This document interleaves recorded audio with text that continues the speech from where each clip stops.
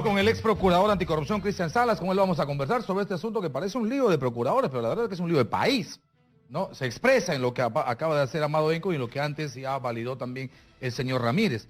Y se expresa en lo que a uno le llama la atención, porque finalmente todos forman parte del Consejo de Defensa Jurídica del Estado.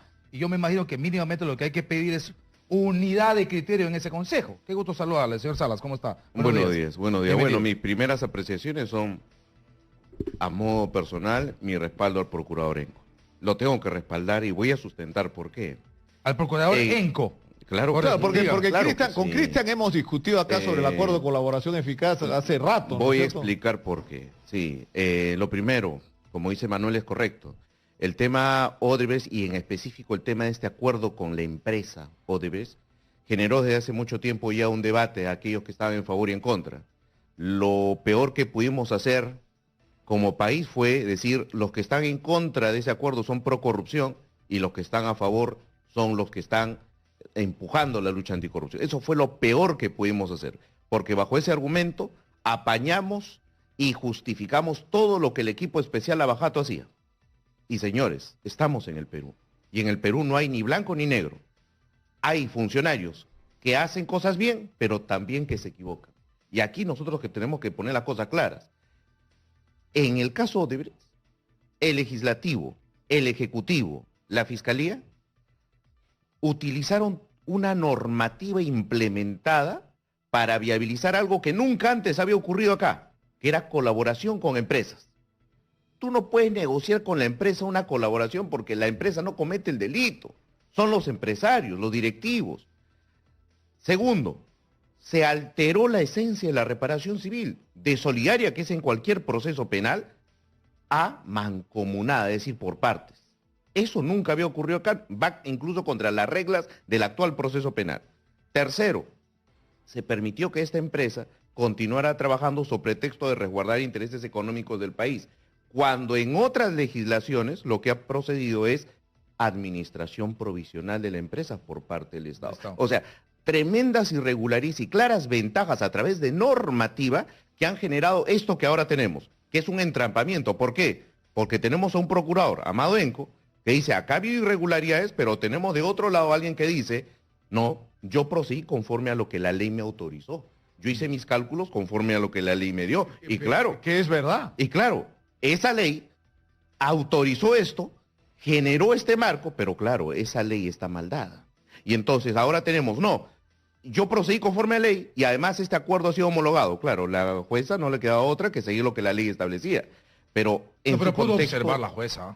La jueza en su momento puede emitir observaciones o aclaraciones sobre su... No, pero pudo no haber propia... convalidado también. Está en su decisión. Sin duda. No? Entonces, ¿para qué va? Claro, pudo haber no convalidado. Pero sí. Sí, lo que digo es lo siguiente, o sea, tú tienes una circunstancia en la cual tienes una empresa que está dispuesta a dar información, que supone el reconocimiento del delito porque es una empresa cuyos funcionarios han cometido delitos, ¿no es cierto?, que son delincuentes. Y esa información lo que te debe permitir es conocer todos los actos de corrupción en los que han estado involucrados, todas las personas implicadas y toda la información que te permita acreditar la comisión de esos delitos y castigar y recuperar todo el dinero que haya que recuperar. Pero el segundo capítulo es exactamente ese. Tienes que cobrarle a esta empresa las reparaciones, ¿no es cierto? Entonces, ahí es donde se plantea el punto crítico, porque yo he discutido esto con el propio Jorge Ramírez. Jorge Ramírez tenía tu posición exactamente... Cristian, hace un año más o menos fue que discutimos acá casi a gritos. Claro. Yo le decía, si yo le tengo que pagar a Odebrecht por la información, le pago. Porque lo que más nos interesa a los peruanos es saber la verdad para que todos los que tengan responsabilidad paguen y recuperar la mayor cantidad de dinero que se pueda. Pero es que la verdad no es por partes. La verdad es total. Y obviamente Odebrecht, como todo delincuente que negocia con la fiscalía en una colaboración, disminuye su participación en el crimen y va a buscar el máximo beneficio al menor costo. Entonces, es correcto, seguimos la misma línea, todos queremos la verdad, pero la verdad no es por partes. Te doy verdad sobre ciertos políticos, te doy la verdad sobre ciertos periodistas, ojo. Por partes, pero no. Tú dices qué cosa, porque acá hay dos temas, ¿no es cierto? Una parte de la colaboración es la que negocia la fiscalía desde el punto de vista del reconocimiento del delito y la información, y otra es las reparaciones, que es la que discute la Procuraduría, no hay una interferencia entre la una y No, la que otra. van de la mano en el mismo acuerdo. Ah, claro, van de la mano. Y se obviamente encuentran a la hora de Pero suscribir. y la lo reparación complicado depende ha sido de las armonizar. conductas Ya, reconocidas. pero lo complicado ha sido armonizar. La pregunta sería, o sea, ahora por supuesto, terminado el acuerdo, convalidado por el Poder Judicial, visto estos errores que usted lo anticipó antes y otro más, mi pregunta siempre era, y hoy la vuelvo a plantear, ¿pudo hacerse mejor cuando finalmente, desde el punto de vista penal, dependemos de Odebrecht? Porque finalmente el tema de la reparación deviene del proceso penal y de Así establecer es. responsabilidades. Así es. Si yo no acepto, porque además es un tema concreto, o sea, es bonito decir, ex procurador, no, hubiésemos sido más duros. Con la reparación, sí, hermanito, pero espérate un ratito. Quizá Odebrecht no nos hubiera pagado un solo centavo si desde el punto de vista penal no demostramos responsabilidades. ¿Y cómo demostramos responsabilidades desde el punto de vista penal si es que desde allá, como está ocurriendo, puede discutirse si eso está bien o está mal? No nos alcanzan información. Ya, ese es el problema.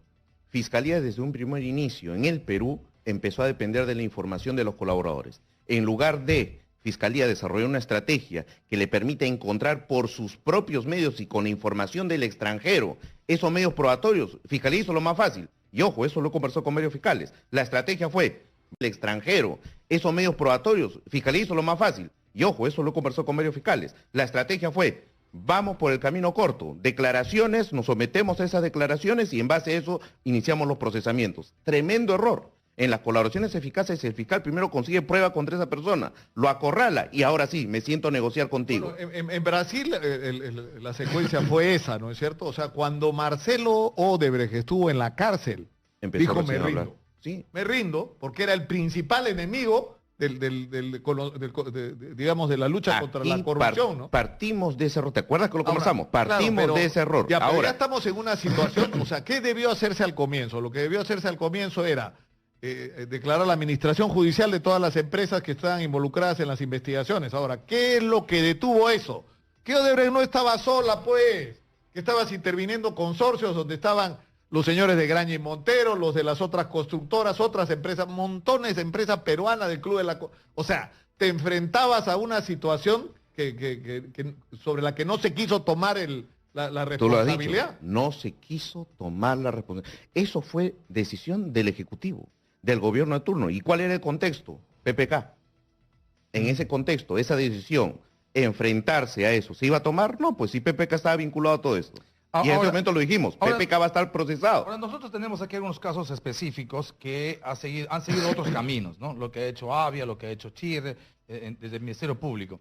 Y ahí, por ejemplo, en el caso Gasoducto, que ayer se hizo control de acusación, ahí no está directamente el tema de la empresa. Si por ese proceso fuera, por supuesto, ahorita no tendremos un solo centavo de Odebrecht. Me imagino que en algún momento entra Procuraduría y en función de establecer responsabilidades, pide.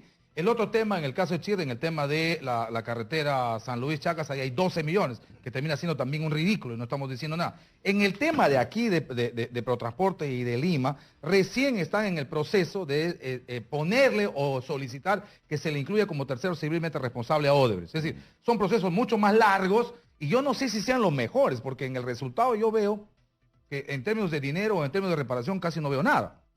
No sabría decir la probabilidad de éxito en esos casos concretos, no tengo conocimiento de esos casos, Por eso. si no lo afirmaría. El tema es el siguiente, se ha llegado a un acuerdo sobre 4 proyectos sabiendo que existen otros procesos en trámite y donde la Fiscalía perfectamente, vía coordinación, pudo determinar y consultar con los otros fiscales que están fuera de este equipo que llevó adelante el acuerdo y decirle, oye, qué material probatorio, cómo avanzan esas investigaciones, para ver si en este acuerdo incluso le doy beneficios más allá de la ley.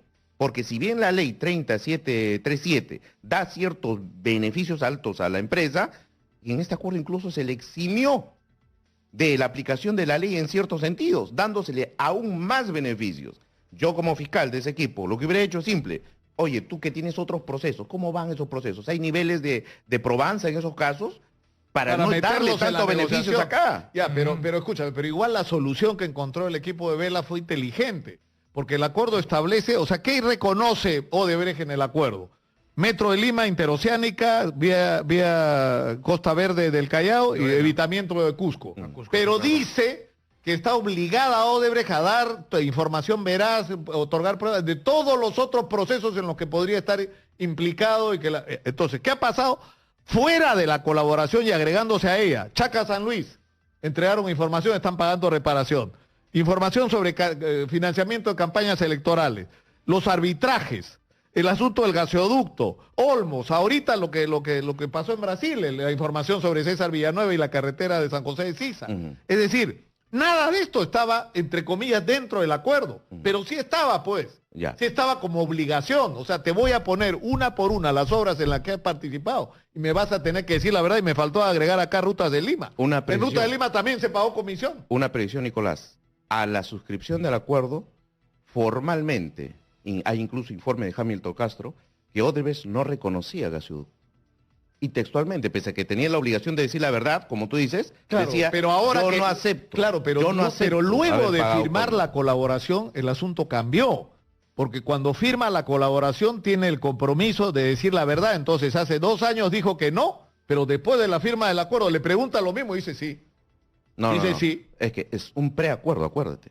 Es un preacuerdo. En base a eso empezamos a trabajar y corroborar. Luego viene la homologación, que es posterior. Claro. Pero en el preacuerdo, en ese contexto, decían jamás hemos entrado a Coima por gasoducto. ¿Por qué luego se aceptan? Porque empieza a llegar la información del extranjero, una vez más, Ecuador, donde efectivamente se evidencia Coima. Todo estaba en el Drowsys, ahí estaba, o sea, ahí no tienen escapatoria. O sea, además ellos no tienen el control sobre la información está ahí. Nicolás, tenemos que partir de lo siguiente. Odebrecht tiene años pensando esta estrategia, años, desde que estuvo investigada por Lavallato en Brasil, años.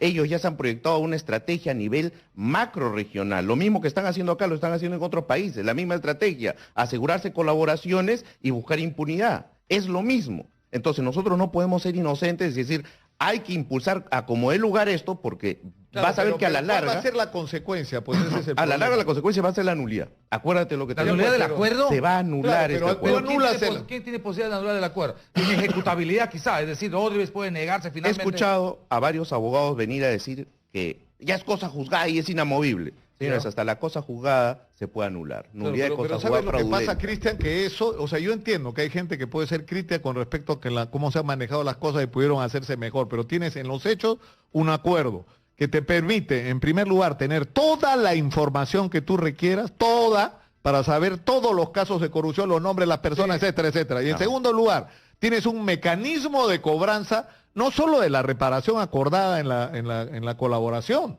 sino todas las reparaciones que se vayan agregando. Hay un sistema establecido. Entonces, ¿qué ha dicho? 15 años para pagar eso, para que pueda pagar en 15 años. Odebrecht, ¿qué cosa tendría que hacer? Trabajar los próximos 15 años en el Perú para pagar esa reparación. Por supuesto, no contratando con el Estado, sino en contrataciones privadas. Ahora, ese acuerdo puede ser bueno o es malo, pero el problema es que si en estas circunstancias tú te traes abajo el acuerdo, van a celebrar todos los corruptos y los de... Ahí está. Es que esa es una... Es que esa... No, Eco no está pidiendo eso. Pero es que esa premisa, Nicolás, es justamente el error que en base al cual se defiende todo lo que se hace con Odebrecht. No hay que vincular el acuerdo con el esclarecimiento de la verdad. La ley es clara. Si en un contexto de colaboración eficaz la colaboración se cae, se anula, no se corrobora, en este caso ya se homologó, pero se puede anular. Si se anula, lo que no vale para los otros procesos son las declaraciones de los postulantes a colaboración. Pero todo lo encontrado, el sistema informático, los documentos y demás, ellos te han dado, perfectamente ellos te han vale. Así te lo den ellos. Ellos te pueden dar hasta su celular. Todo lo que se ha encontrado en esos procedimientos de colaboración vale a todos los procesos. O sea, no hay que vincular validez del acuerdo con esclarecimiento de los hechos. Es un tremendo error. No hay que hacer eso. Al caerse el acuerdo no se cae todo el proceso. Pero la colaboración sí cae, ¿no? Es cierto que falta un asunto con el que yo quisiera que vayamos a la pausa y conversemos, que son temas que hemos tratado acá. Nadie hablaba de Chacria. El primer lugar, y eso me honra, sinceramente, Manuel, ha sido Chacria. O sea, Chacria, el contrato de Chacria y Cerro del Águila son una estafa al Estado peruano y a los jubilados de Electroperú. Pero ¿sabes qué pasa? Que son los dueños de Electroperú. Nicolás, con esa argumentación que a mí me parece extraordinaria. Hay un detalle que justo eso termina dando la razón a quienes se oponen al acuerdo, por una razón sencilla. Cuando te sientas a conversar, procurador, Odebrecht, Ministerio Público, para ver el asunto, ¿cómo te has cerrado los ojos ante el resto? Y te digo cerrar los ojos ante el resto, no porque no hayas dejado una ventanita diciendo que te puedo dar información respecto a los otros. No, sino sobre el tema económico. Porque tu primer cálculo debió ser, estos 4 nos ponemos de acuerdo, pero hay 20 más. ¿podemos hacer o no una proyección respecto a cuánto nos podría estar debiendo? Y luego yo hago una cosa simple, estado financiero de odio, dame ahorita. ¿Y sabe qué encuentro? 800 millones de dólares que... Tan particular que se ha generado a raíz de que Amado Benco, procurador anticorrupción, ha denunciado al procurador Jorge Ramírez del caso Lavajato. Ahora, también lo denunció el abogado de Toledo, también lo denunció Jenny Vilcatoma, también lo denunció un señor militante del Partido Aprista. Es decir, si se cae el acuerdo, los que van a celebrar son los malos de esta película. No, sin duda cierto sector político va a utilizar, de hecho ya lo están utilizando, esta denuncia para sus intereses políticos. El asunto es que a nosotros como sociedad nos interesa que se llegue a buen término estos procesos para que no queden en puro escándalo, para que esas prisiones preventivas pues no hayan sido de verdad un abuso, no se convierta en abuso en lugar de un acto de justicia. Entonces, en este caso, lo que corresponde es que las autoridades llamadas a investigar lo hagan bien. Ya el Poder Judicial ya invocó al propio Ministerio Público, al equipo Lavallato, y le ha dicho, señores, aceleren las investigaciones. No es posible que hoy nosotros tengamos un acuerdo de colaboración ya cerrado, ya homologado con esta empresa y recién sigan llegando las informaciones. O sea, ¿en qué caso se ve eso? Primero el colaborador da toda la información y luego recién se homologa el acuerdo. Acá no. Acá estamos en esta semana recabando información que supuestamente recién los postulantes a colaboración recién nos van a dar información. ¿Por qué acelerar? Ahora, ¿qué debería pasar? Porque el hecho es extraordinario también, o sea, Por la dimensión de la información, quizá por se las entiende. limitaciones que tengamos, quizá porque este equipo especial, la verdad es que vive también poniendo incluso la suya, porque no le han puesto la suficiente cantidad de gente, porque primero lo mínimo que teníamos que haber hecho, como lo ha reclamado el fiscal coordinador de las fiscalías de delitos de corrupción, el señor Omar Tello, es que eso debería ser un solo caso. Es decir, si ya tenemos equipo especial, Lavallato, metan los 8 o 10 casos que están pendientes en la región y métanlos ahí en uno solo. Pídeme tu requerimiento. ¿Cuánto necesitas, Vela? 50 millones de soles, dale los 50 millones. ¿Cuánto necesitas? 80 peritos. Toma. ¿Cuánto necesitas? 400. Toma. No, mira, y ahí entonces le ve si es real lo que el señor Vizcarra dice que lucha contra la corrupción. Porque la verdad que es fácil decir lucha contra la corrupción y no le das un centavo para que este equipo avance. Hace 2 años conversamos, Nicolás, ¿se acuerda sobre las estrategias? ¿Casos separados o todo en un solo caso? Conversamos sobre eso, ¿no? Por supuesto. Y mira las consecuencias de malas decisiones. Son malas decisiones, ojo, del plano ya político de la institucionalidad. En este contexto, Fiscalía de la Nación se equivocó tremendamente al disgregar estos casos. El Poder Ejecutivo, el Congreso, se equivocaron con dar esta ley, una ley que a la larga entiendo se declarará anticonstitucional.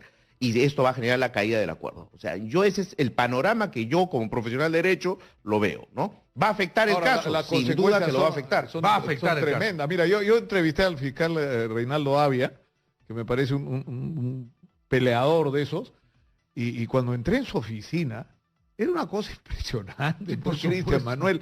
O sea, era, no sé, creo que habían 10 o 12 personas, y eso te exagero, si había 10 o 12 tal vez había menos, y tenían 70 casos encima. Y casos, pero enormes, ¿no es cierto? O sea, cada uno ameritaría que toda la gente que estaba ahí se dedique solo a él. Y una de las primeras cosas que me dijo Reinaldo Avia, y está grabado, es no podemos hablar en serio de lucha contra la corrupción si no tenemos los recursos para hacerlo. Así es. Necesitamos Nosotros, gente, necesitamos plata, claro necesitamos que sí. recursos, necesitamos Claro. tecnología. En el país los pocos logros de lucha anticorrupción que hemos tenido son logros aislados, no son producto de un trabajo sistemático. Logros de lucha anticorrupción que hemos tenido son logros aislados, no son producto de un trabajo sistematizado del Estado. Que el Ministerio Público haya funcionado como una maquinaria eficaz, no. Son actos aislados de gente valiente, de funcionarios que se comieron el riesgo. Eso es lo que hemos tenido y lo venimos sosteniendo siempre. Y eso es lo que tenemos. Ahora, ¿qué va a pasar con el asunto del informe, el informe que tiene que presentar Procuraduría sobre el tema de los 524 de manera específica, sobre el asunto de aplicar o no aplicar el tema de lo del fideicomiso y la excepción? ¿Tendría que salir? ¿Va a ser importante? ¿Va a ser relevante? ¿Va a tener que llegar el tema a la jueza que convalidó el acuerdo? Sin duda, porque al haber participado el procurador ad hoc en ese acuerdo, ya él se hace dueño de la pretensión civil. O sea, ya la reparación civil no está en manos del Ministerio Público para ser negociada. Ahora está en manos del procurador y el informe del procurador es relevante para ello. Y si el procurador dice, no estoy de acuerdo con el informe establecido por el Ministerio Público, porque desde mi interpretación sí hay procesos y por lo tanto no se cumple considerando establecido por la jueza, Eso va a ser ¿qué determinante. efecto va a tener eso? Eso va a ser determinante. Simplemente eso va a bloquear algo que se acordó. Y ahí se genera Pero otro problema. puede venir ahí un pronunciamiento de la jueza que diga, señor procurador, usted tiene buen argumento, pero no le doy la razón. ¿Eso puede ocurrir o no? No. ¿Por qué no? O sea, bajo los argumentos que tenemos, si es que es el actor civil el que está señalando que necesito resguardar mi reparación civil, necesito asegurar el pago de la reparación civil, la jueza lo que tendría que hacer es justificar, para denegar esa posición, justificar que la devolución no afecta a su reparación civil, sus intereses en el proceso. Ahora, ¿cómo Y llega, viendo la cómo cosa así, llega- difícil. pero cómo llega al Poder Judicial este incidente concreto? Teniendo en cuenta que, por supuesto, finalmente el billete está en manos del gobierno, en este caso del Ministerio de Justicia. Así es. Y finalmente, por más que diga lo que diga el Ministerio Público, el que va a soltar es el Ministerio de Justicia. Pero, ¿cómo llega el incidente para un pronunciamiento de la jueza a su despacho? Justamente por la contradicción a raíz de un dato pactado en ese Ya, pero acuerdo. si la Procuraduría no lo quiere poner y simplemente desde su interpretación dice que el informe del Ministerio Público no tiene efecto sobre ellos, tendría que ser el Ministerio Público el que pida pronunciamiento de la jueza. Claro. El Ministerio Público. Claro, siendo parte firmante del acuerdo. Ok. O sea, no Ahora, necesariamente la yo Procuraduría. tengo una pregunta que puede parecer bien, no sé, inocente. ¿Están embargados o intervenidos los bienes? O sea, por ejemplo, las acciones de Odebrecht en Rutas de Lima, o por ejemplo, la participación de Odebrecht en Olmos, ¿están bajo algún tipo de protección legal? Ya, según el acuerdo, no. No, solo el fideicomiso. Sí. Porque eso es algo que debió hacerse incluso antes, ¿no? El problema es que con la ley todo se perturba, ¿no es Así cierto? es.